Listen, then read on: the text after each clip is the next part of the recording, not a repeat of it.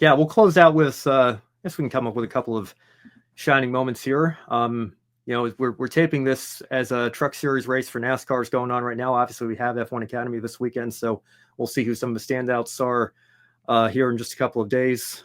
As for tonight, I guess I'll give it to Toni Breidinger, and I'll say this about her. Obviously, I think we talked in this show before. It's been a common theme. Sometimes she hasn't been performing to the level of her teammates, particularly in ARCA, but I think in the limited starts she's had so far in trucks, of course, this is her first full-time year with Tricon Garage.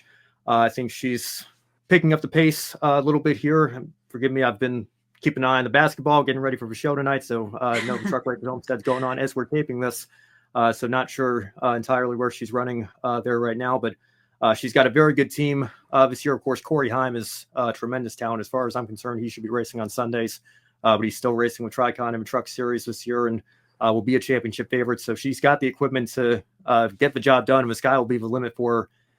And at least she's trying. At least she is continuing to put in the work and put in the effort and take those steps forward. And of course, on the marketing side of things, we know all the sponsorship that she brings with brands like Celsius and Racing Canes, which is great for the sport as well. So solid start to the year for her. She just missed out on a top 20 finish at Las Vegas, finishing 21st. So hopefully she continues to take those steps forward and improve throughout the rest of the 2025 season. Well, I know that I look forward to hearing you recap her performance this upcoming week, and obviously here on this program this time next week when you have some time to dedicate to viewing her when you're not watching the March Madness of it all. This might be a little long-winded, but bear with me about what my shining moment of the week is. Last week, we had a great discussion about Katherine Legge's performance and kind of the circus of it all that surrounded her stock car Cup Series debut. I had mentioned on this program that she has a podcast, Throttle Therapy, that if anyone wants to tune in, super interesting insight into her career as a driver and currently all of the different racing series that she's trying to undertake just in one season. But her guest this week, I thought would be who I would like to incorporate into our one shot moment. And she had on the legendary, the icon, Lyn St. James. Lyn St. James just celebrated her 78th birthday last week. And since we do, in my opinion, such a great job of talking about so many different racing series here on this program between stock car racing, IndyCar, obviously F1 Academy, Lyn St. James has touched all of those racing series and more, IMSA as well. And so I just want to encourage everyone to, if you take some time this week. I promise our show is not sponsored by Throttle Therapy, but tune in for a great conversation with Lyn St. James and Katherine Legge. Lyn is just such a, as I mentioned, an icon, a person that has just changed the landscape of racing in general, let alone a female racer.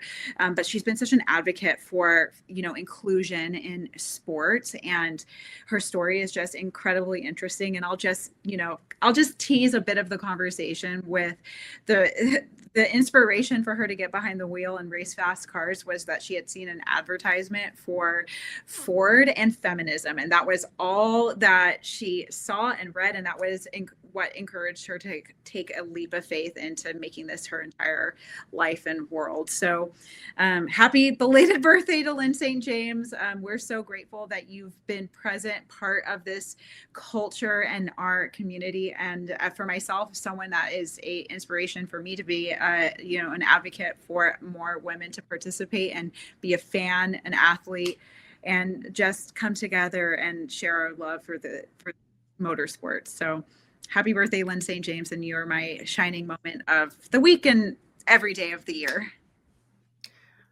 I'm glad you brought both those things up. My men's bracket is completely busted. I had Louisville going to the Final Four, and they were out in the first round, so there's no hope there. But my women's bracket, I'm perfect so far, 13 for 13. So hopefully we stay perfect here and have a perfect first day at least. I'm already second guessing some of my picks for tomorrow's round of 64 games, but that's good for me, I guess. Shining moment on my end on the women's NCAA tournament. But I'm glad you brought that up, Emily. I'll give another shining moment as well to BJ McLeod, who's the owner Live Fast Motorsports. He went on Jesse Punch's podcast this week and basically said that, after the incident and after the race weekend, they had a conversation, they being BJ and Katherine was very apologetic, and BJ was very clear, saying, look, when you're in this situation at this level of stock car racing, that cannot happen. You cannot make a mistake like that, trying to get out of the way and ultimately taking out Daniel Suarez, who potentially had a top 5 run going. And Katherine Legge's first response was, do you have his number? And as I mentioned on the show last week, she reached out to him, and BJ just sat back and said, you know what, even more respect to Katherine Legge for that. So again, I think there's something to be said for what she's commented about her debut as well. And it has sparked the debate about the approval process, but it's also sparked the debate about bringing more practice sessions back. And I think plenty of drivers are in favor of that. I know plenty of fans are in favor of that as well, trying to give these drivers, especially the young up and coming drivers, but also the even more experienced drivers from other categories, trying to get used to the stock cars, give them more time to get up to speed.